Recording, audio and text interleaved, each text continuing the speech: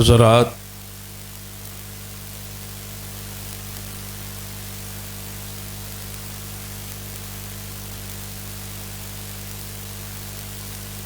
جیسا کہ آپ کے علم میں ہے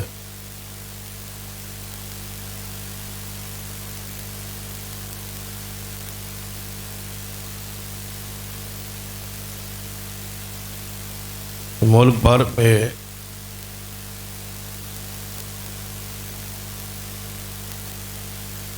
پھیلے ہوئے مدارس کا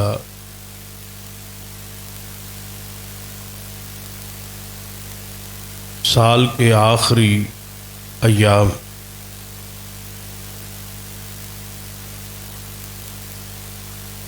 ماہ شعبان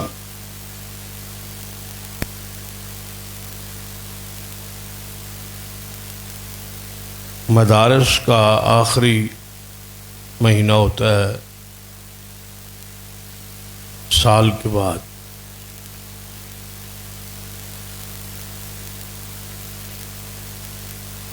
اس مہینے میں امتحانات اور نتائج ہو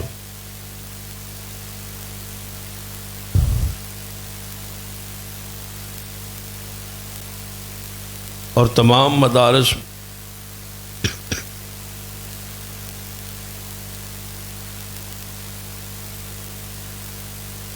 صحیح البخاری کی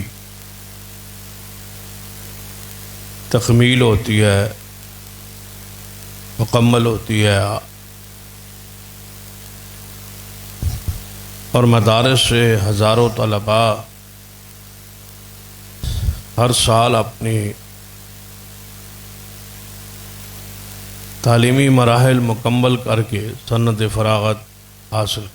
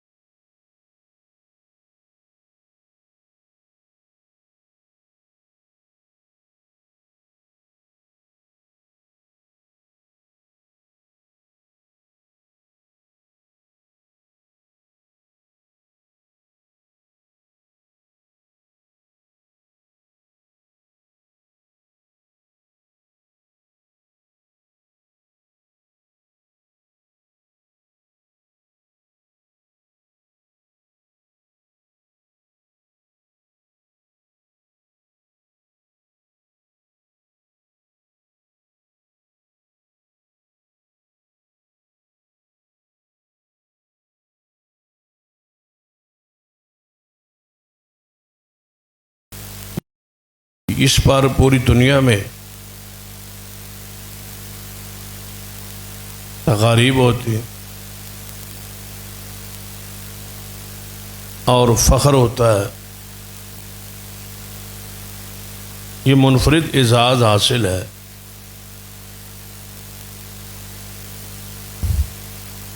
صحیح البخاری۔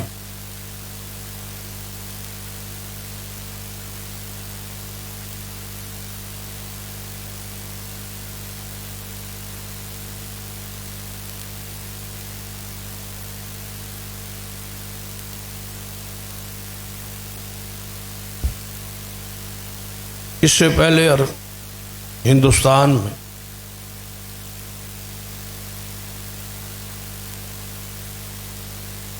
جو شیخ، جو استاذ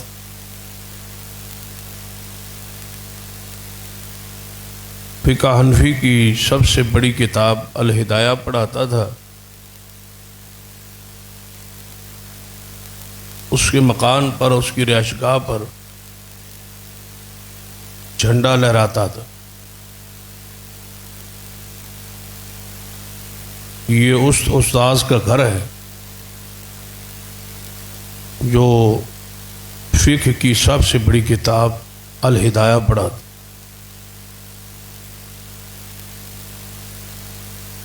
حدیث کا درجہ دیکھ، حدیث کا مقام دیکھ، حدیث کا غلبہ دیکھ۔ صحیح البخاری کی تقاریب نے اس جھنڈے کو ختم کر دی۔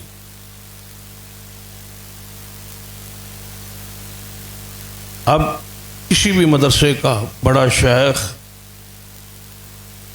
اسے ہی کہا اور سمجھا جاتا ہے جو صحیح البخاری پڑھا. یہ اعزاز حاصل ہے اس کتاب.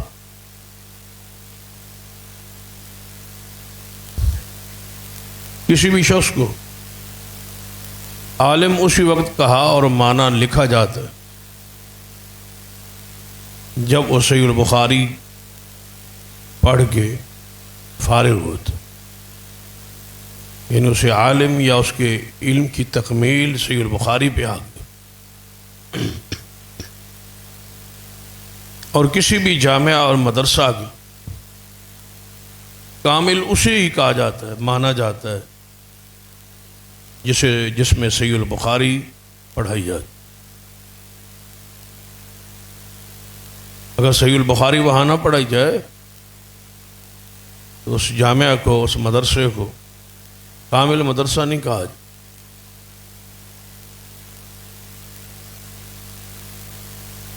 امام محمد بن اسماعیل یعنی امام بخاری رحمہ، اس شخصیت کا جو انتخاب ہے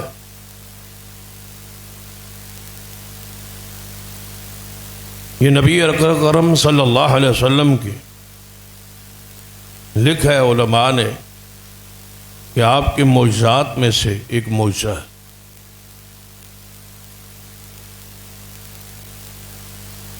حالانکہ امام بخاری رحمہ اللہ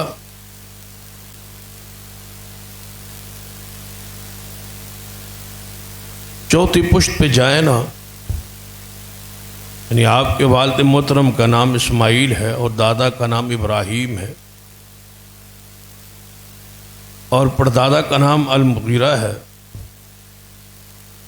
اور پردادا کو جو باپ ہے جس کا نام بردسبہ آتا ہے وہ مذہباً مجوسی ہے، آتش پرست، آگ کے پجاری. آپ کے پردادا کو اللہ نے ہدایت بخشی اور اسلام قبول کی، اور پھر یہ خاندان امت مسلمہ کا رہنما بن.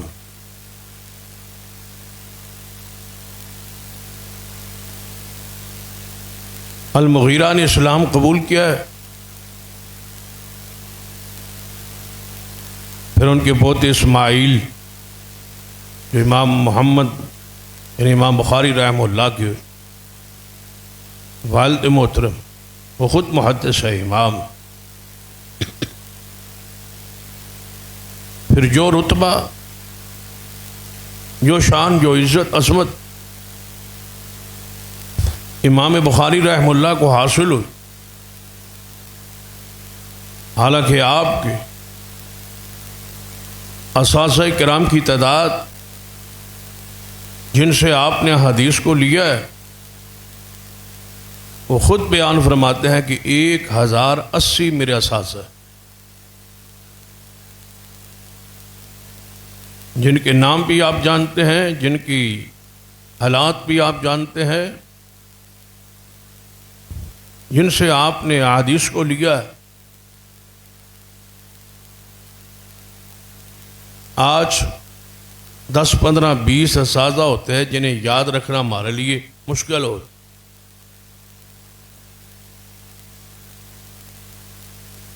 اور پھر امام احمد بن حنبل رحمہ اللہ جیسے جو خود وقت کے امام ہے اور محدث ہے، اور امام اسحاق بن راہویہ جیسے، اور امام علی بن المدینی رحمہ اللہ جیسے آپ کے اساتذہ. یقیناً وہ شاگرد کتنا پاکیزہ اور عمدہ ہوگا اور کتنا عظیم انسان ہوگا جو امام احمد بن حنبل رحمہ اللہ جیسے محدثین کے شاگرد ہو.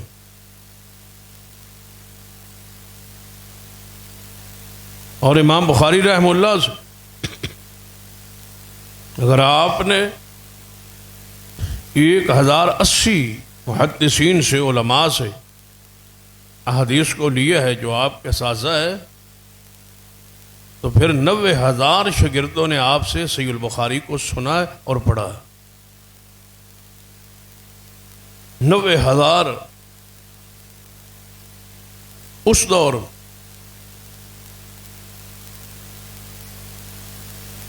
آپ سے صحیح البخاری کا سماع البخاری کا سننا اور پڑھنا۔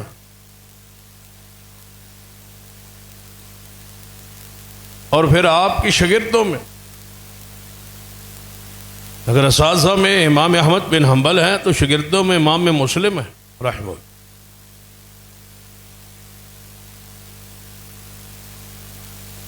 امام ترمذی رحمہ اللہ، جن کی آگے حدیث کی کتابیں ہیں، جو اپنے فن کے اپنے دور کے بہت بڑے امام ہیں، وہ شاگرد ہے امام بخاری رحمہ اللہ۔ اور امام مسلم رحمہ اللہ نے خود ارشاد فرمایا تھا امام بخاری رحمہ اللہ کے سامنے، لا یبغضک الا حاسد، اے امام محمد بن اسماعیل البخاری رحمہ اللہ، کوئی حاسد ہی کے علاوہ تو اسے کوئی زمین پہ بوس نہیں رکھے۔ کوئی حاسد ہوگا، وَمِن شَرِّ حَاسِدٍ اِذَا حَسَدٍ، کوئی ایسا بد نصیب ہی ہوگا جو تجھ سے بغض رکھے۔ وَأَشْهَدُ أَنَّهُ لَيْسَ فِي الدُّنْيَا مِثْلَكَ، کہ اے امام بخاری رحمہ اللہ، میں گواہی دیتا ہوں لیس فی الدنیا مثلک، کہ تیرا جیسا دنیا میں کوئی انسان، جن کے شاگرد اتنے عظیم، امام ابن حجر رحمہ اللہ نے لکھا ہے کہ امام بخاری رحمہ اللہ کے جانے کے بعد ہمارے تک جتنے لوگوں نے امام بخاری کی تعریف میں، توصیف میں، مدح میں جو کچھ لکھا ہے، اگر سب کو جمع کر لیا جائے تو کاغذ ختم ہو جائیں اور ہماری عمریں بیت جائیں، لیکن ان کی تعریف پر جو کچھ لکھا گیا ہے ان کو اکٹھا کرنا ناممکن۔ اتنی عظیم شخصیت، اس لیے میں یہ بات کہی کہ علامہ ابن عابدین شامی، جن کا معروف فتاوی شامی، وہ لکھتے ہیں کہ نبی رحمت صلی اللہ علیہ وسلم کے معجزات میں سے، جتنے آپ کے معجزات ہیں ان میں سے ایک معجزہ امام بخاری رحمہ اللہ۔ آخر کیا بات ہے کہ ان کی کتاب سے پہلے امام ابن ابی شیبہ کی کتاب مصنف ابن ابی شیبہ موجود تھی، امام بخاری کے صحیح البخاری سے پہلے امام عبدالرزاق رحمہ اللہ کی مصنف عبدالرزاق موجود تھی، امام بخاری رحمہ اللہ کے صحیح البخاری سے پہلے امام مالک کی الموطا موجود تھی، لیکن جو شان، جو رتبہ، جو مقام اللہ نے صحیح البخاری کو بخشا ہے، وہ ساری کتابیں پیچھے چلی گئی اور صحیح البخاری آ گیا۔ اور اس لیے ایک بڑی پیاری بات لکھی کہ دنیا میں جو بھی منکر حدیث اٹھتا ہے، اور آپ حیران ہوں گے کہ جتنے بھی منکرین حدیث گزرے ہیں، بالخصوص ہندوستان میں، پاکستان میں، برصغیر میں، تو سب انکار کرنے والے جو ہیں احادیث کا، انہوں نے اپنی زبان اور قلم کو اگر حرکت دی ہے تو صحیح البخاری کی حدیث پر،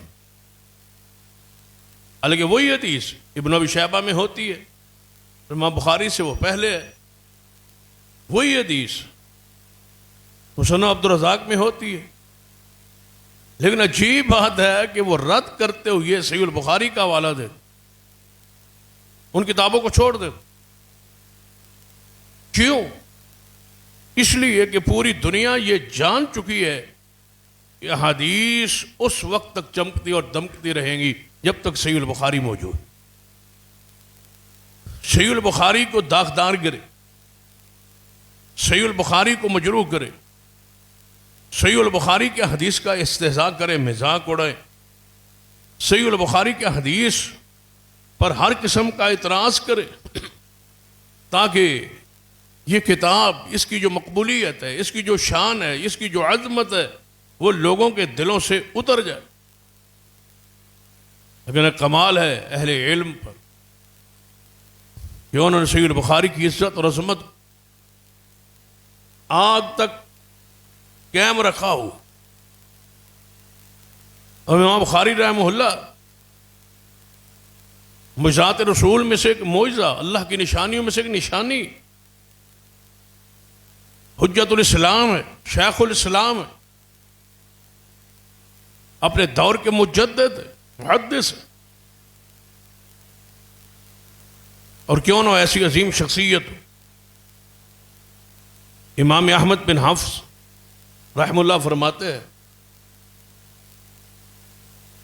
کہ جب امام بخاری رحمہ اللہ کے والد محترم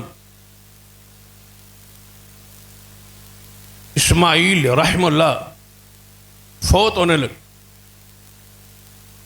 سکرات میں تھے، آخری لمحات میں تھے، تو میں آپ کے پاس موجود تھا. یعنی امام بخاری رحمہ اللہ کے استاد، امام بخاری رحمہ اللہ کے والد محترم کو جب موت آ رہی، فرمایا میں پاس موجود تھا. امام بخاری تو چھوٹے تھے، فرمایا میں پاس موجود تھا ان کی موت کے وقت. تو وہ کہہ رہے تھے کہ میرا جو مال ہے، بڑے مالدار تھے، دولت مند تھے، فرمایا جتنا میرا مال ہے، جو میں چھوڑ کے جا رہا ہوں، جو میرا ترکہ ہے، جو اپنے بیٹے محمد یعنی امام بخاری کے لیے چھوڑ کے جا رہا ہوں، مجھے اللہ کی قسم ہے کہ میں نہیں جانتا کہ میرے اس مال میں ایک درہم بھی شبے کا بھی موجود ہو. حرام تو دور کی بات، جس درہم پر مجھے شبہ ہو کہ یہ حرام کا ہے، یہ کمائی جائز نہیں ہے، یہ درہم، تو میرا مال شبہ سے بھی پاک. پھر جن کے والدین اتنے پاکیزہ ہو، جن کے والدین نے زندگی بھر ایک درہم شبے والا بھی نہ لایا ہو اپنی کمائی میں، تو پھر لازم امر تھا کہ ایسے گھر سے امام بخاری جیسی ہستی و شخصیت اٹھی. اس مال سے وہ پلے، اس مال سے وہ پرورش پائی. اور امام بخاری رحمہ اللہ خود فرماتے ہیں کہ موت کے وقت بندہ سب سے زیادہ سچا تو موت کے وقت ہوتا ہے. جب بندہ مر رہا ہوتا ہے، بندے کو پتہ لگ رہا ہے کہ میری آخری لمحات ہے، میری موت قریب ہے، سکرات ہے، کم از کم اس وقت تو بندہ جھوٹ نہیں بولتا، سچ کہتا ہے. فرماتے ہیں سب سے زیادہ سچ اکثر لوگ اس وقت بولتے ہیں جب موت نظر آ رہی ہو، اس وقت سچی بات کہہ دیتے ہیں. فرماتے ہیں اس حالت میں میرے باپ کا یہ کہنا کہ میرے مال میں ایک درہم شبے کا بھی نہیں ہے، یہ سچائی کی دلیل ہے کہ مرتے ہوئے کتنا سچ کہہ گئے ہوں گے کہ میرا مال کتنا پاکیزہ ہے. اور امام بخاری رحمہ اللہ کے بارے میں مشہور ہے، جو آپ کے سیرت کے حوالے سے مشہور روایات، ان میں سے ایک یہ ہے کہ آپ بچپنے میں ہی پیدا ہونے کے کچھ عرصہ بعد نابینا ہو گئے. بعد نے اس روایت کی سند پر کلام کی، بعد نے اس کو بیان کیا ہے، قبول کیا ہے.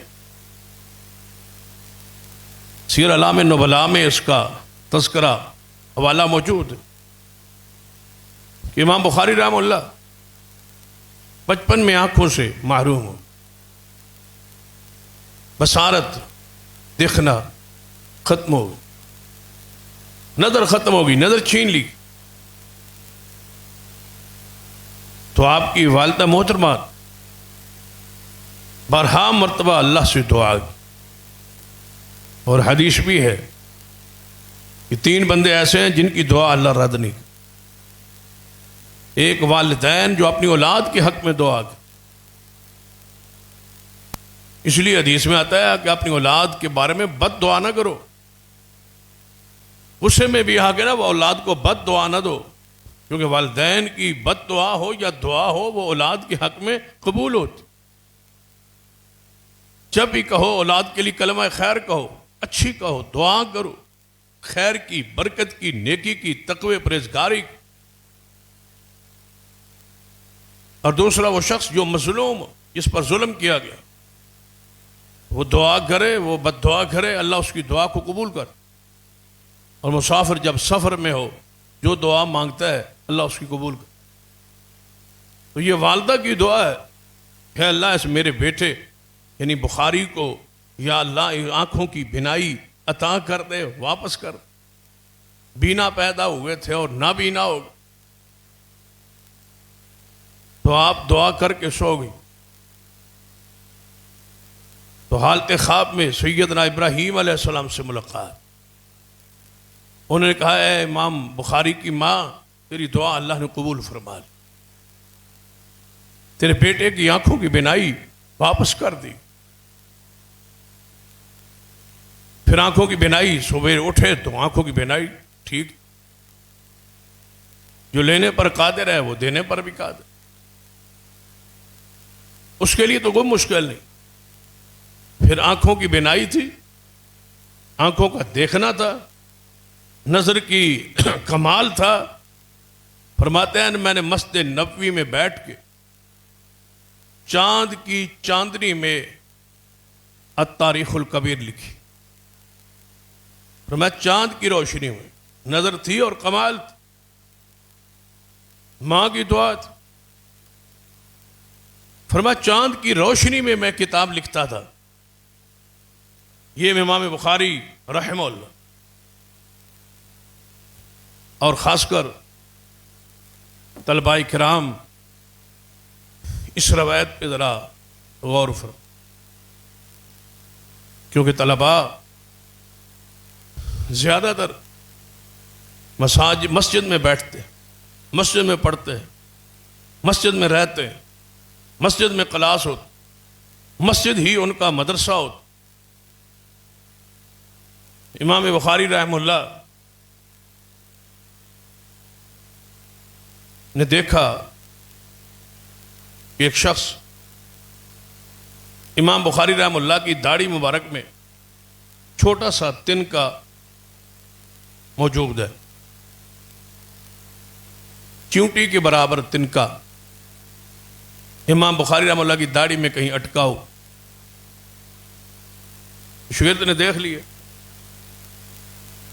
تو اس نے آپ کی داڑھی مبارک کو ہاتھ لگایا اور اس تنکے کو گرا دی مسجد میں۔ جب وہ تنکا مسجد میں گرا، امام بخاری رحمہ اللہ نے فرمایا اس تنکے کو اٹھاؤ، مسجد سے باہر پھینکو۔ اللہ نے ہمیں ان کو صاف کرنے کا حکم دیا ہے اور تم اس کو خراب کر رہے۔ قرآن پاک میں اللہ ابراہیم کے بیٹے اسماعیل کو کہہ رہا ہے انطہرا بیتی للطائفین والعاکفین والرکع السجود، یا ابراہیم تم اور تمہارا بیٹا بیت اللہ کو صاف کرو۔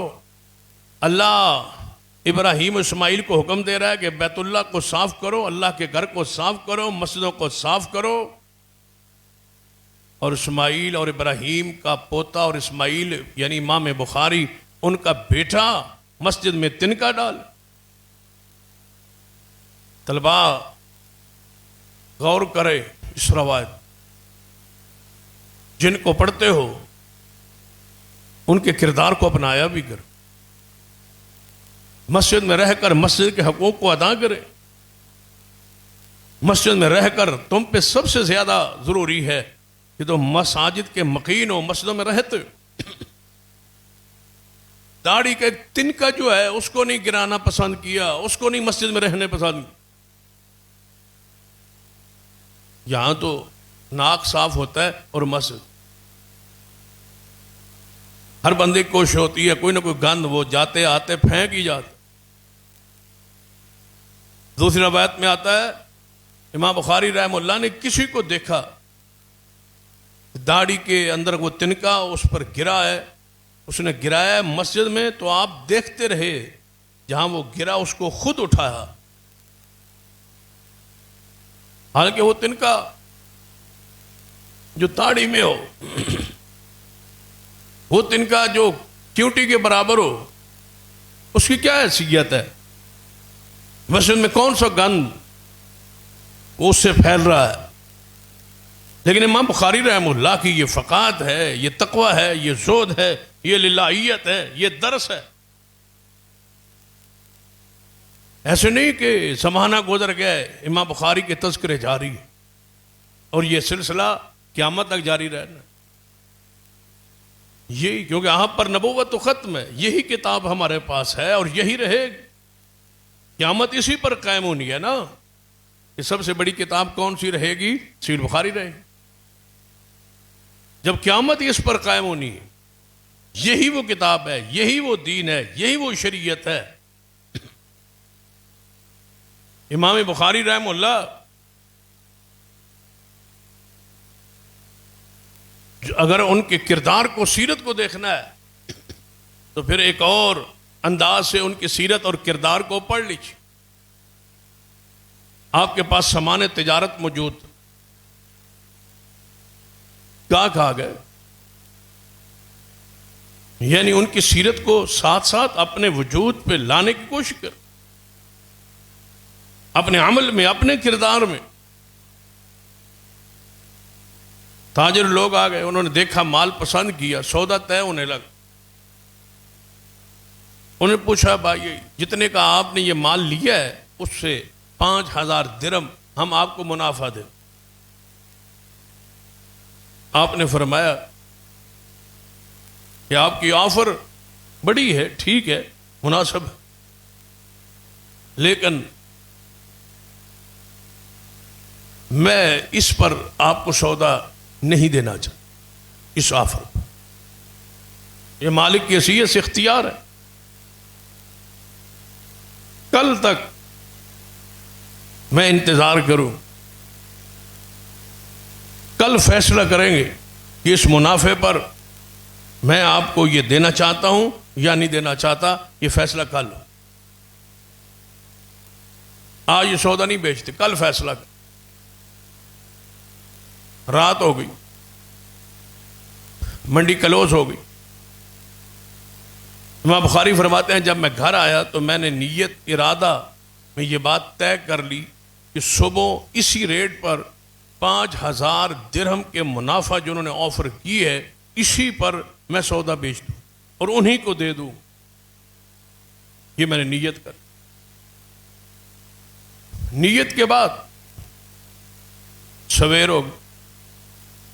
جب سویرے سودا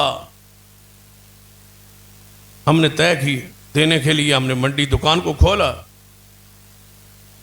تو ان کے آنے سے پہلے, جن کو میں نے یہ کہا تھا کہ کل طے کریں گے, ان کے آنے سے پہلے یہ نیا گروپ, ایک نیا گاہک لگ گیا.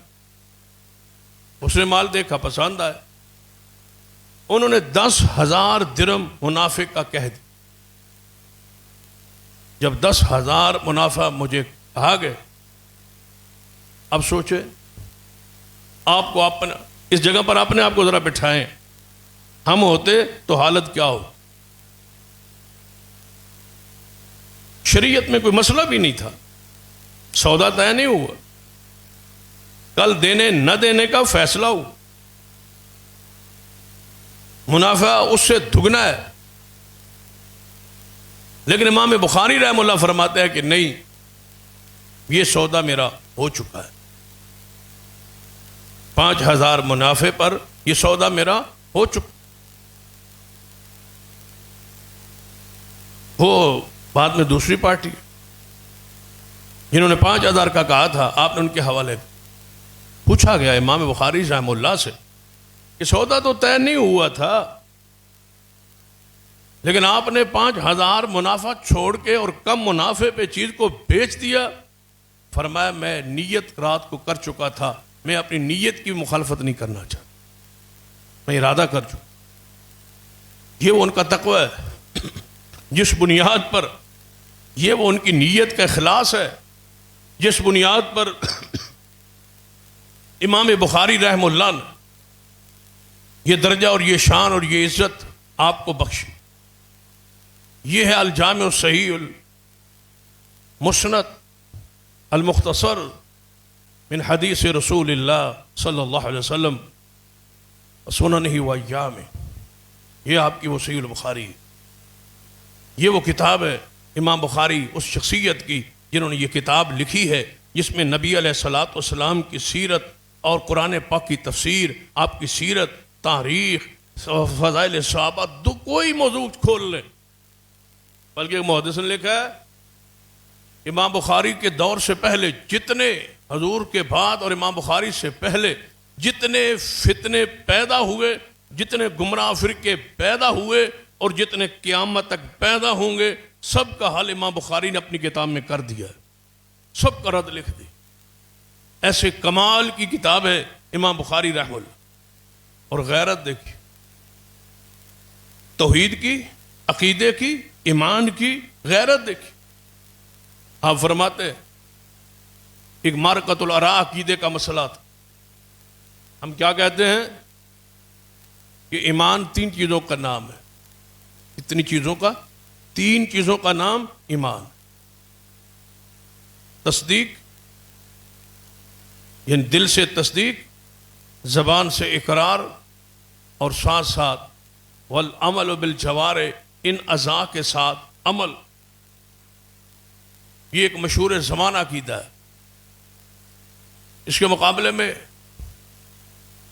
جو مرجئہ ہے یا آج کے زبان میں الفاظ میں حنفی کہہ لیں, ان کا عقیدہ یہ ہے اقرار باللسان و تصدیق بالقلب. ایمان 2 چیزوں کا نام ہے, زبان سے اقرار, دل سے تصدیق. اس طرح کے کئی گمراہ فرقے اٹھے, انہوں نے کہا صرف دل سے تصدیق کر لیں, دل مانے کہ اللہ ہے, رسول اللہ ہے, دل سے مانے تو بندہ مومن ہو جائے. بعد نے کہا نہیں, دل سے تصدیق بھی ضروری ہے, زبان سے اقرار بھی ضروری ہے. جیسے حنفیہ ہے, وہ کہتے ہیں زبان سے اقرار کر لو, دل سے تصدیق کر لو تو بندہ مومن ہے, اور نہ پھر یہ ایمان بڑھتا ہے نہ گھٹتا ہے, یہ ایک جیسا ہی رہتا ہے.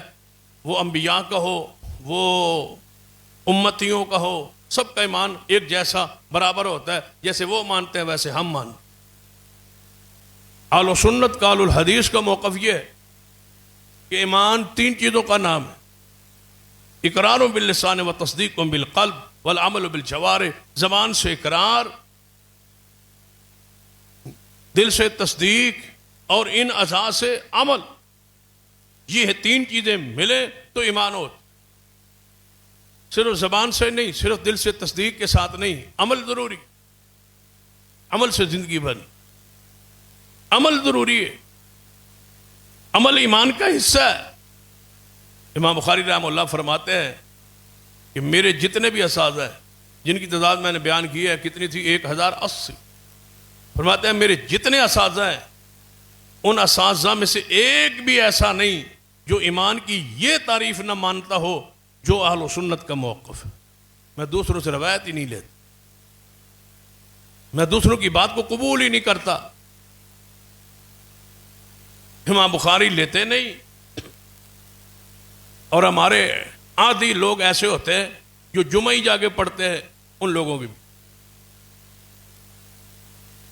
کوئی کہتا ہے جی مجھے فلاں خطیب پسند, میں ادھر جمعہ پڑھنا. اہل حدیث تو نہیں ہے لیکن توحید بڑی بیان ہے.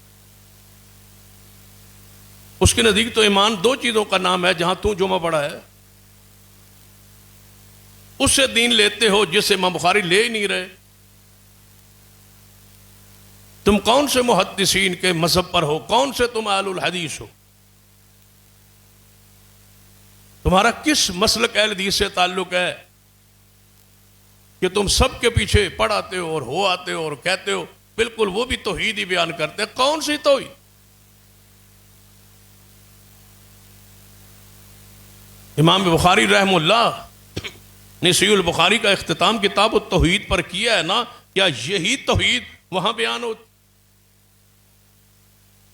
یاد رکھ لیجیے، بڑے صاف لفظوں میں سن لیجیے، توحید کی 3 ہی اقسام ہیں، توحید ربوبیت اور توحید الوہیت اور توحید الاسماء والصفات۔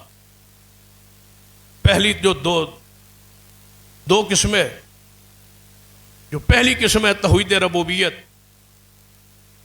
یہ دنیا میں عیسائی بھی مانتے ہیں، یہودی بھی مانتے ہیں، حضور کے زمانے میں کافر بھی مانتے ہیں۔ یہ کیا ہے؟ یہ ساری دنیا کو بنانے والا کون ہے؟ اللہ، وہی رب العالمین، وہی رب، وہی سب کو روٹی دیتا ہے، روزی دیتا ہے، وہی بنانے والا۔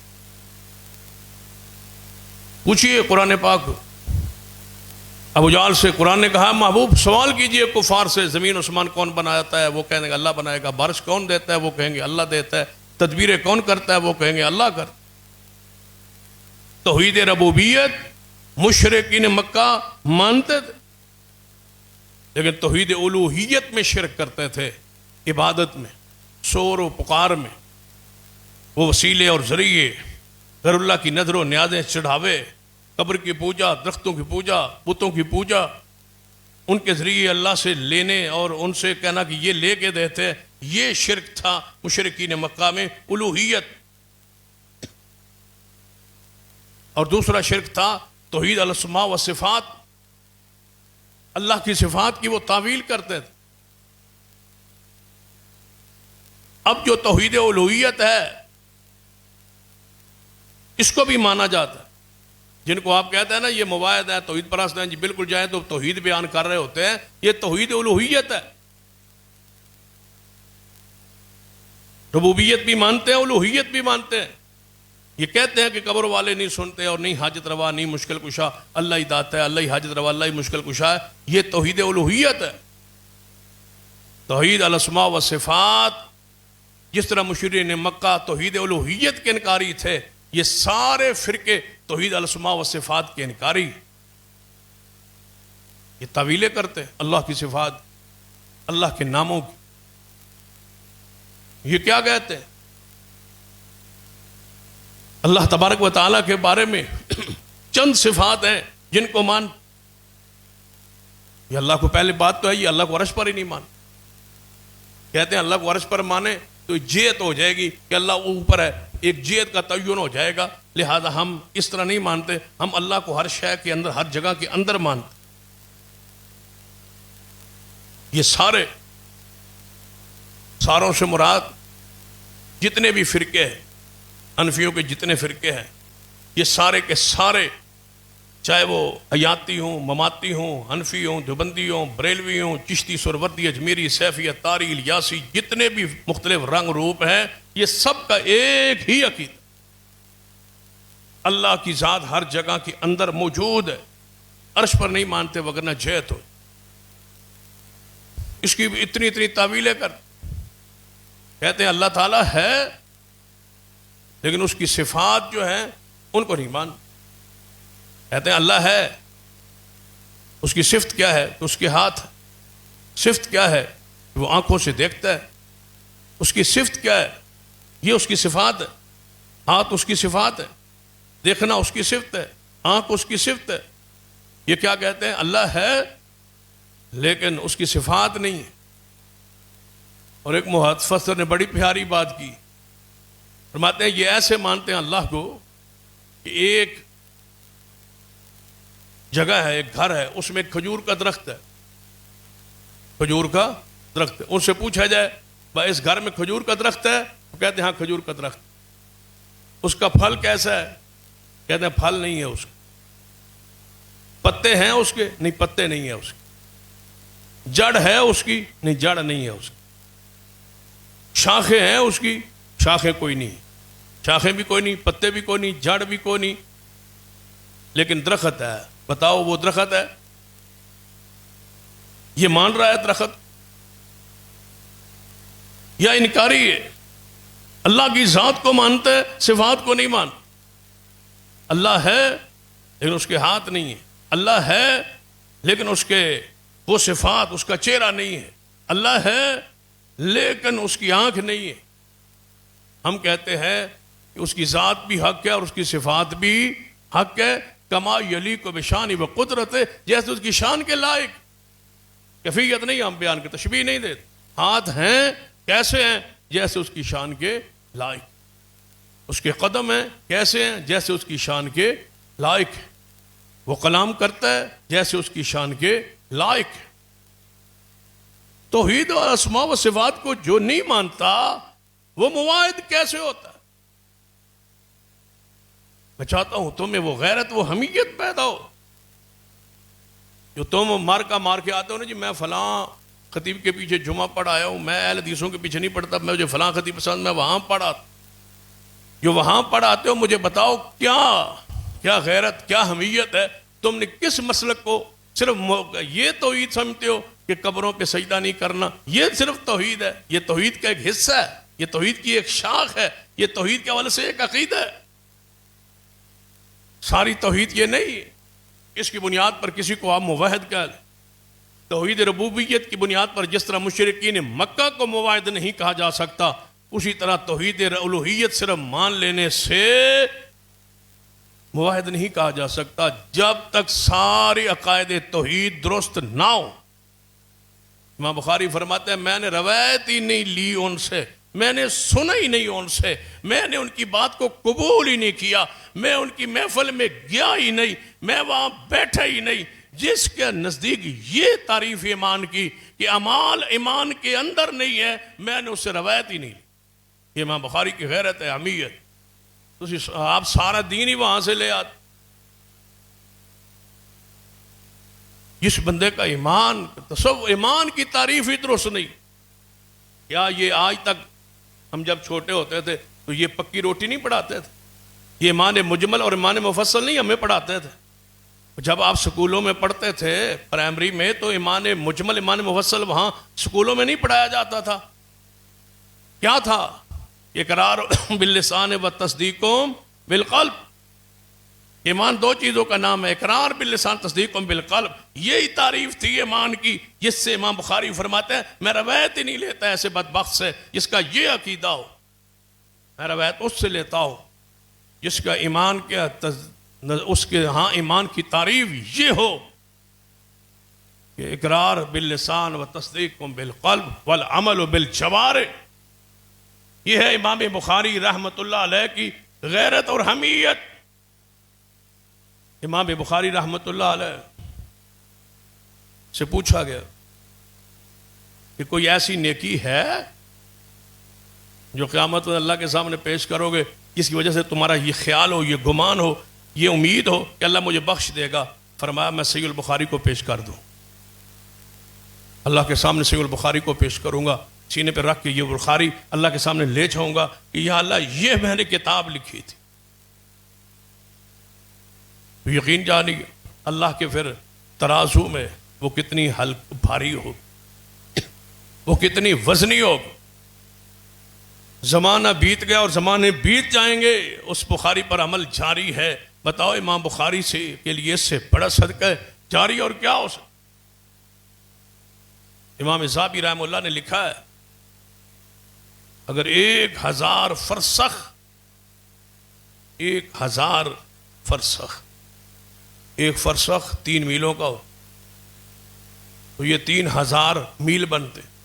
3000 میل عرب کے ملائیں تو 5000 کلومیٹر بنتا ہے. فرماتے اگر تمہیں 5000 کلومیٹر سفر طے کرنا پڑے صحیح البخاری کی ایک حدیث پڑھنے کے لیے تو وہ ہمارا سفر قیامت والے دن ضائع نہیں ہو، وہ تمہارا سفر اللہ کے ہاں مقبول ہو. امام بخاری رحمت اللہ علیہ صحیح البخاری کا اختتام جو ہے وہ کتاب التوحید پہ کیا، اور ترتیب ایسی ہے صحیح البخاری کی علماء سے جا کے پڑھیں، بیٹھیں، سنیں، لذت، حلاوت، مٹھاس محسوس ہو. امام بخاری کی ترتیب ذرا دیکھ، تمام محدثین سے ہٹ انوکھا انداز ہے. پہلی کتاب جو لکھی ہے صحیح البخاری کا جب آغاز کیا ہے کتاب الوحی. حالانکہ کسی محدث اور کئی کتابیں مسلم ہے، ابو داؤد ہے، نسائی ہے، ترمذی، ابن ماجہ ہے، حدیث کی سینکڑوں کتابیں ہیں، لیکن یہ انداز منفرد امام بخاری رحم اللہ کا ہے. وہ لکھتے ہیں کتاب الوحی، یہاں سے آغاز کرتے ہیں اپنی کتاب. کسی نے کتاب الایمان پہلے لکھا، کسی نے کتاب الطہارت پہلے لکھی. بھائی طہارت کیسے، پاکیزگی کیسے، وضو کیسے، نماز، غسل کیسے، تاکہ آگے مسائل بیان کریں دین کے، ایمان کی عقیدے. لیکن امام بخاری نے آغاز کیا صحیح البخاری کتاب الوحی سے. فرماتے ہیں کہ دین کسے کہتے ہیں؟ اللہ کی وحی. دین اللہ کی وحی کا نام ہے.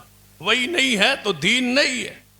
دین وہ ہے جو اللہ نے آسمان سے محمد مصطفیٰ پہ اتارا ہے، نازل کی، بتلانے کے لیے کہ دین، اسلام، عقل، رائے، قیاس نہیں، اللہ کی وحی. پھر کتاب الایمان لے آئے وحی کے بعد، تاکہ دنیا کو پتہ چلے کہ سارا فیصلہ قیامت والے دن کس پر ہوگا؟ تمہارے ایمان پر. ایمان کیا ہے؟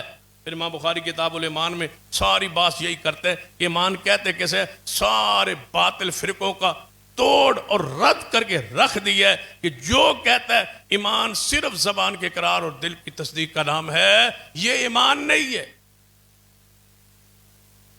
یہ جو کہتے ہو نا ہمارا تھوڑا سا اختلاف ہے، باقیوں سے تو بہت اختلاف ہے، شیعہ سے اختلاف سمجھ آتی ہے، بریلیوں سے اختلاف سمجھ آتی ہے، دیوبندیوں سے ہمارا بالکل تھوڑا سا اختلاف ہے، بس عقیدہ توحید میں تھوڑے مسائل، نماز نموز میں اختلاف ہے، توحید میں تو بالکل ہمیں ایک ہے. اور اللہ کے بندو کتاب الایمان، ایمان میں اختلاف، ایمان کی تعریف میں اختلاف، شروع سے اختلاف. کھولو بخاری پڑھو، بخاری اس لیے لکھی ہوئی کہ تمہیں پتا چلے کہ تمہارا کس سے کس طرح اختلاف ہے. بخاری اس لیے. ایمان، کتاب الایمان پڑھو، بخاری کھولو. امام بخاری نے شروع میں لکھ دیا ہے کہ ایمان، نماز ایمان کا حصہ ہے، حج ایمان کا حصہ ہے، روزہ ایمان کا حصہ ہے، اعمال ایمان کا حصہ ہے. ثابت کیا ہے امام بخاری رحمہ اللہ نے پوری کتاب الایمان میں یہی مسئلہ تو ثابت کیا ہے. ایمان بڑھتا ہے، ایمان گھٹتا ہے. یہ کہتے ہیں ایمان ایک جیسا ہے، جتنا ایمان جبریل کا ہے اتنا ہی ایمان شیطان کا ہے. تو کسر رہ گئی ہے ایک ہونے میں اور قریب قریب ہونے. سب کا ایمان برابر ہے. جبریل کا ایمان اور ہمارا ایمان برابر ہے. ہمارا ایمان اور صدیق کا ایمان برابر ہے. رسولوں کا، نبیوں کا، امتیوں کا، سب کا ایمان ایک جیسا ہے. وہ بھی مانتے، ہم بھی مانتے، وہ بھی اللہ کو مانتے، ہم بھی مانتے. ایک جیسا ہوا نا. سیدنا عمر فاروق کیا فرماتے ہیں؟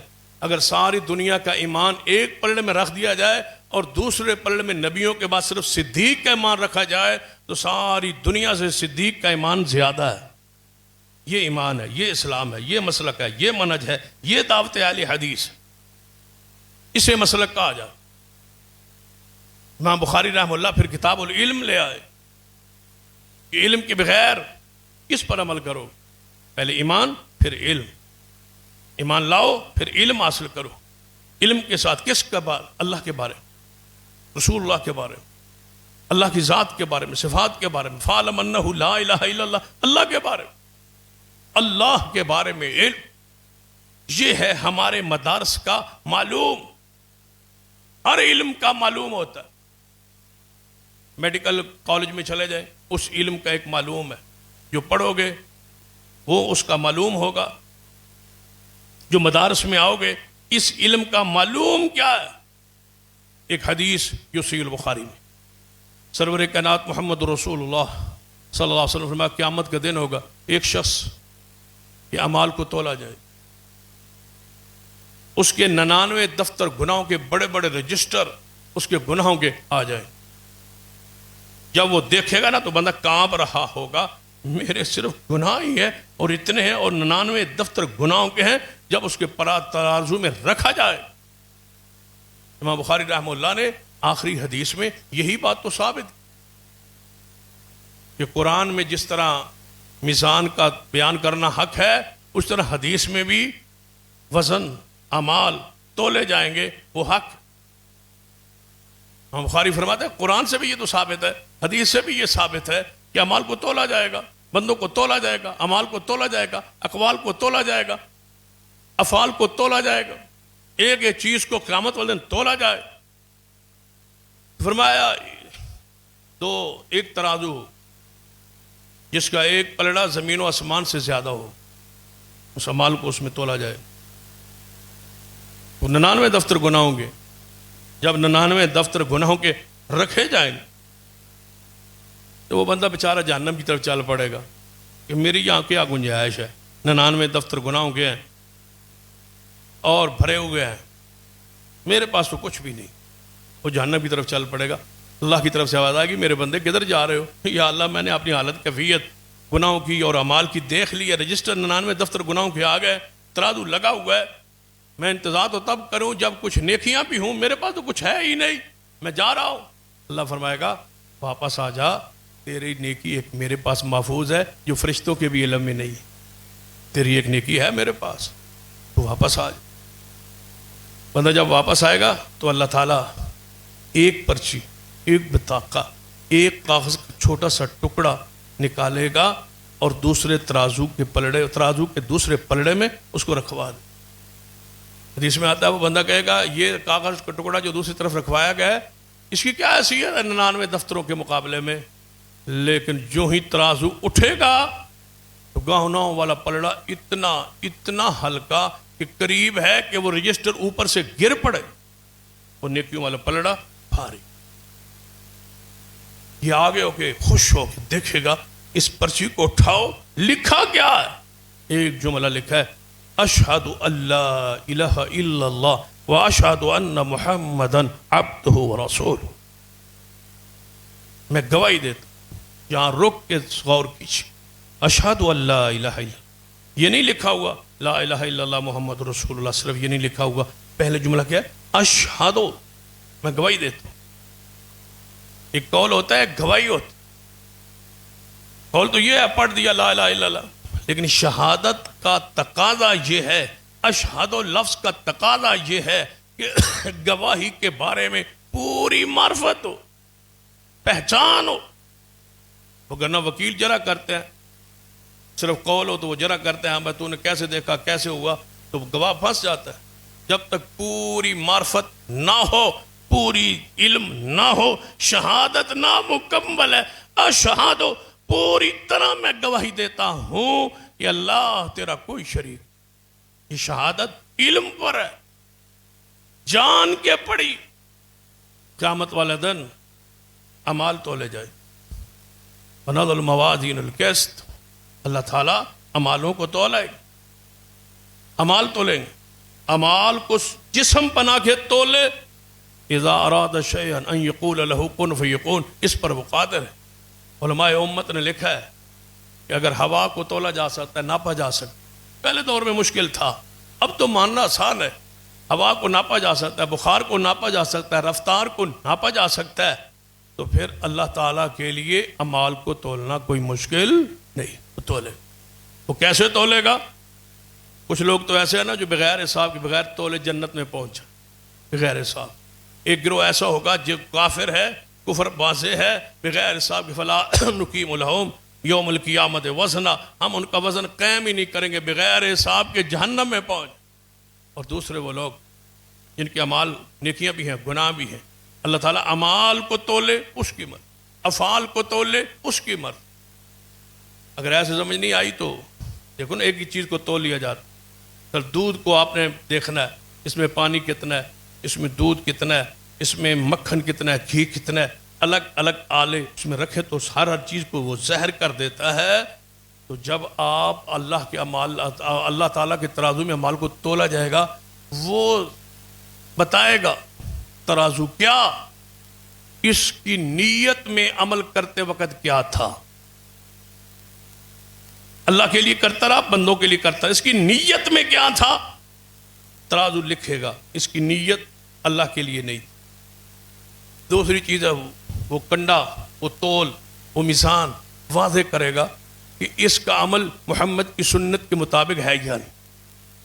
یہ بھی وہ کنڈا تول واضح کرے گا. وہ ایسا تول ہوگا، ایسا میزان ہوگا، دو چیزوں واضح کرے گا، اخلاص، نیت اور ایک پیغمبر کی اتباع. بہت ساری چیزیں ایسی ہوتی ہے نا اگر اس معیار پہ نہ پورے اترے تو اس کو کمپیوٹر لیتا ہی نہیں، قبول نہیں کرتا، پیچھے نکال دیتا ہے، یہ اس میں چیز ہے، لہذا اس کو پیچھے نکال دیتا ہے۔ جو سنت کے مطابق نہیں ہوگا اللہ کا تراز اس کو قبول ہی نہیں کرے، جس میں اخلاص نیت نہیں ہوگی اللہ کا مال وہ تول اس کو لے گا ہی نہیں، قبول ہی نہیں کرے گا۔ امام بخاری رحمہ اللہ کی وہ آخری حدیث جس میں آپ نے وزن کا بیان کیا، پھر امام بخاری رحمۃ اللہ علیہ نے اپنی اس سند کو بیان کیا۔ سند لیتے لیتے امام سیدنا امام ابو ہریرہ رضی اللہ تعالی ابو ہریرہ کے فضائل پر بحث ہو، اس کے لیے خطبہ درکار ہے۔ پھر نبی علیہ الصلوۃ والسلام کی جو آگے حدیث ہے تسبیحات پر اللہ کے ہاں جو 2 کلمے پسندیدہ ہے، ان کلمات کی پسندیدگی پر بحث کرے تو اس کے لیے الگ خطبہ چاہیے۔ اللہ تبارک و تعالی کتنے پسند کرتا ہے ان 2 کلمات کو، سبحان اللہ و بحمدہ سبحان اللہ العظیم۔ اللہ کو پیارے کتنے ہیں، وزن کی کیفیت کیا ہے، زبان پہ کتنے یہ آسان ہے، اس پر الگ الگ بحث کی جائے۔ امام بخاری کی ایک ایک جملے کو پڑھے نا، تو میں کل اس حدیث کے حوالے سے پڑھ رہا تھا، ایک مدثر نے بڑی پیاری لکھی، فرماتے ہیں وخفیفتان علی اللسان کلمتان حبیبتان الی الرحمن۔ رحمان کو یہ 2 کلمے بڑے پسند، 2 کلمے۔ کتنے کلمے؟ 2 کلمے۔ 2 کلمے کیوں کہا؟ کہ اللہ کا ذکر کمل ہی تاں ہوتا ہے جب 2 کلموں پر ہو، صرف لفظ اللہ نہیں، ساتھ کیا ملائیں گے؟ سبحان اللہ، الحمدللہ، اللہ اکبر۔ صرف ذکر اللہ اللہ اللہ، یہ ذکر دنیا کی کسی کتاب۔ کلمتان، کتنے کلمے؟ 2، سبحان اللہ، الحمدللہ، لا الہ الا اللہ اکبر۔ یہ کلمات 2 کلمے۔ وخفیفتان علی اللسان، زبان پہ بڑے ہلکے۔ فرماتے ہیں زبان پہ ہلکے کہنے کا مطلب یہ تھا کہ دل پہ ذکر نہیں ہے۔ لوگ کہتے ہیں نا وہ دل کا ذکر کرتے ہیں، قلب کا ذکر، قلب کے اندر وہ جو ہے وہ دل کا ذکر ہوتا ہے، ناک کا سانس بند کر کے اور سر کو وہ ہلاتے ہیں، اتنا ہلاتے ہیں، اتنا ہلاتے ہیں کہ بندے کو کچھ اور ہی نظر آنا شروع ہو جاتا ہے۔ وہ کہتے ہیں بھائی اس کو وہ دروازہ بند ہوتا ہے، بتیاں بند ہوتی ہیں، سر ہلانا ہوتا ہے، کہتے ہیں پھر وہاں بہت ساری چیزیں نظر آتی ہیں۔ جب سر ہلا ہلا ہلا کے بندہ پاگل ہو جائے، پھر کیا کیا نظر آئے، پھر کیا چیزیں نظر آئی؟ خفیفتان علی اللسان، ذکر کس کے ساتھ ہے؟ زبان کے ساتھ، دل کی ضربیں نہیں ہیں، زبان کے ساتھ۔ امام بخاری سمجھانا چاہتے ہیں کہ ذکر وہی ہے جو کس کے ساتھ ہو؟ زبان کے ساتھ۔ خفیفتان علی اللسان وثقیلتان فی المیزان، وزن اسی کا ہوگا، وہی وزن وہی لکھا جائے گا جو زبان سے ادا کیا جائے، پھر اس کا وزن ہوگا اللہ نے۔ اعمال تولے جائیں گے، اقوال تولے جائیں گے۔ یہ نہیں کہا کہ اندر کی چیز کو تولا جائے گا، نہیں، فرمایا اقوال، افعال، اعمال، جسم دے کے تولے، ان کی اصلی حالت کیفیت میں تولے، اس پر وہ قادر ہے۔ لہذا زبان کے ساتھ نماز، زبان کے ساتھ اذکار، زبان کے ساتھ ورد، اس زبان کے ساتھ سبحان اللہ و بحمدہ سبحان اللہ العظیم سبحان اللہ و بحمدہ۔ حدیث میں آتا ہے جو صبح اور شام 100 مرتبہ پڑھ لے صرف سبحان اللہ و بحمدہ، اگر سمندر کی جھاگ کے برابر بھی گناہ ہو تو اللہ بندے کے گناہوں کو معاف کر دے۔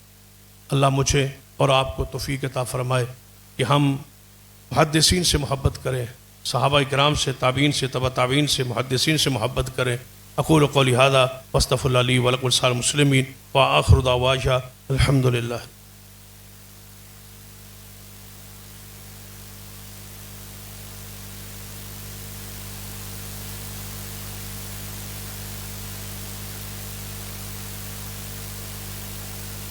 نظرات جیسے اعلانات بھی ہو چکے، اشتہارات بھی چھپ چکے، پرسوں انشاءاللہ اتوار کو 26 تاریخ کو مغرب کی نماز کے بعد تقریب صحیح البخاری ہماری یہ 16ویں تقریب بخاری ہو رہی، جس میں سے 17 طلباء صحیح بخاری سے 5 شعبہ تخصص سے اور 9 شعبہ حفظ سے یہ طلباء فارغ ہو رہے. یہ 31 طلباء ہیں جن کے اعزاز میں یہ تقریب ہو رہی. تو یہ تقریب آپ کے علم میں ہے کہ ہم نے اپنی باغ میں رکھی. تو انتظامات فضل اللہ تعالیٰ مکمل ہو چکے ہیں، اجازت کے معاملات سارے طے ہو چکے ہیں. انشاءاللہ یہ پرسوں مغرب کے وقت نماز کے متصل بعد انشاءاللہ وہاں شروع ہو جائے. آپ سے یہ گزارش ہے اس آخری حدیث کی سماعت کے لیے. میں نے امام ذہبی رحمہ اللہ کا وہ قول دوران خطبہ سنا دیا ہے. آپ فرماتے ہیں اگر 5000 کلومیٹر بھی سفر کرنا پڑے صحیح البخاری کی ایک حدیث سننے کے لیے تو یہ سفر ضائع نہیں ہوگا. تو مجھے امید ہے کہ آپ سے روحانی محفل اور مجلس میں جس میں صرف حدیث رسول صلی اللہ علیہ وسلم پڑھی جائے گی اور ہمارا جامعہ کے طالب علم آخری حدیث کی تلاوت کرے گا، اور امیر محترم حضرت علامہ پروفیسر ساجد میر صاحب امیر مرکزی جمعیت الحدیث پاکستان وہ انشاءاللہ آخری حدیث پر درس ارشاد فرمائیں. اور اس سے پہلے جامعہ کے شیوخ حضرت علامہ غلام مصطفیٰ ظہیر صاحب، حضرت مولانا علامہ ابو یحییٰ نور پوری صاحب بھی درس ارشاد فرمائیں. بچوں کے میں انعامات تقسیم ہوں گے اور ان کے نتائج کا بھی اعلان ہوگا، ان کو انعامات سے نوازا جائے گا. آپ سے گزارش ہے کہ اس پر رونق اور روحانی اس محفل اور مجلس میں اس میں حدیث کا سماع ہوگا. یہ طلباء کے ساتھ بھی محبت کا اظہار ہوگا، حدیث پاک سے بھی محبت کا اظہار ہوگا، اور مجھے امید ہے کہ آپ سارے احباب اس پروگرام میں تشریف لے آئے. مغرب عشاء کی نماز وہیں ہوگی اور یہ مختصر سا پروگرام ہوگا، اور اس کے بعد آپ کے لیے ضیافت کا بھی انتظام کیا گیا ہے. آپ سارے احباب اس پروگرام میں ضرور شرکت فرمائیں. آپ بھی دوستوں کو بھی ساتھیوں کو بھی سب کو وہاں لے کے پہنچیں گے، انشاءاللہ پہنچیں گے آپ. دوسری گزارش تعاون کے حوالے سے گزشتہ بیان ہوئی کہ اتنی بڑی تقریب جو ہم چاہتے تھے کہ شہر کے اندر ہو، اس کے اخراجات معاملات اندازہ جو ہے وہ تقریباً 18 سے 20 لاکھ تک اس کا خرچ ہے. یقیناً جو اس کے ٹینٹ وغیرہ، کرسی وغیرہ، اسٹیج وغیرہ، لائٹنگ، لاؤڈ سپیکر، کھانا، ساری چیزیں اس میں داخل و شامل ہیں. تو سارے احباب سے گزارش ہے کہ اس میں آپ بھرپور تعاون فرمائیں. بہت سارے ساتھیوں نے جو پچھلے جمعے میں نے کسی ساتھیوں کے ذمہ ڈالی تھی بات، جتنا تعاون وہ بہت سارے ساتھیوں نے قبول کیا ہے. کچھ ساتھی ایسے ہیں جنہوں نے جو ہے اس کو پورا تو قبول نہیں کیا، لیکن 75%، کسی نے 50%، 2-4 ساتھی ایسے ہیں جنہوں نے قبول کیا. کچھ ساتھی ایسے ہیں جو کہتے ہیں کہ حالات بڑے پریشان کن ہیں. ان سے بھی گزارش ہے تھوڑا سا حالات سے مقابلہ کرتے ہوئے اس میں ضرور اپنا حصہ جو ہے وہ سارے ڈالیں، تاکہ یہ جو سالانہ تقریب ہے کم از کم یہ ہمارا، کیونکہ اس سے پہلے ہم سولر کے حوالے سے یہاں اعلان کر چکے تھے، سولر لگوا چکے تھے، اس کے اخراجات معاملات، اس کے جو ہے قیمت وہ ہم ادا کر رہے تھے. اس کے ساتھ ہی یہ خرچ بھی ہم پر سالانہ لازم امر ہے. یہ تقریب بخاری جامعہ کی ترتیب کا ایک حصہ ہے. تو اس کے کارکردگی کا اظہار کرنا اور مقصود ہوتا ہے، بچوں کی حوصلہ افزائی ہوتی ہے، لوگوں کو مدرسے کی کارکردگی رپورٹ سامنے پیش کرنا ہوتی ہے. یہ ساری چیزیں سامنے دیکھ کے یہ تقریب جامعہ کا ایک حصہ ہوتا ہے. اس لحاظ سے میں آپ سے گزارش کروں گا کہ جتنے اب آپ نے تعاون کیا ہے اللہ قبول فرما لے، جنہوں نے نہیں کیا وہ بھی اپنا حصہ ضرور ڈالیں. تو مزید جو ساتھی اس میں مطلقاً کہتے ہیں کہ حالات خراب ہے، ان سے وہ 2-4 ہی ہیں انشاءاللہ جن کے حالات زیادہ خراب ہیں. 2 ہیں یا 4 ہیں جن کے حالات بہت زیادہ خراب ہیں محلے میں، وہ یعنی کہ مالی طور پر بہت پریشان ہو گئے. دعا کریں اللہ تعالیٰ ان کے مال میں برکت دے دے، اللہ تعالیٰ ان کے کاروبار کو وسعت دے دے. وہ فرماتے ہیں کہ بہت حالات خراب ہیں، اگر 12,000 دیکھ کا ہم دیں نا تو ہو سکتا ہے کہ اگلے دن ہماری دکان ہی نہ کھلے. بہت پریشان ہے وہ. اللہ تعالیٰ ان کو ہدایت نصیب فرمائے اور اللہ تعالیٰ ان کے مال میں رزق میں برکتیں عطا فرمائے. وہ 2-4 ہیں، ان کے پاس میں انشاءاللہ جمعے کے بعد حاضری دوں گا، یا ان کے حالات ٹھیک ہو جائیں گے یا پھر اگلے جمعے ان کے لیے اعلان کریں گے ان کے زیادہ حالات خراب ہو گئے. یعنی دونوں میں سے جو چیز ان کو پسند ہوگی وہ کر لیں گے، یا ان کے لیے اعلان کر لیں گے اگلے جمعے ان کی مدد فرمائے، ان کے حالات زیادہ خراب ہو، یا مجھے امید ہے میرے جانے سے کچھ حالات بہتر ہو جائیں گے۔ اللہ سب کی محبت قبول فرمائے۔ باقی یہ محبت کی بات ہے، اسے ناراضگی والی بات نہ ہو۔ اللہ تعالیٰ سب کے مال میں، رزق میں، اولاد میں برکت عطا فرمائے۔ اللہ تمہاری اس محبت کو قبول فرما۔ یہ آپ ہی جماعت ہے جو اس بوجھ کو برداشت کرتی ہے اور اس سختی کو بھی برداشت کر لیتی ہے۔ اللہ تعالیٰ آپ کی اس محبت کو قبول فرما۔ ان الحمد للہ نحمدہ و نستعینہ و نستغفرہ۔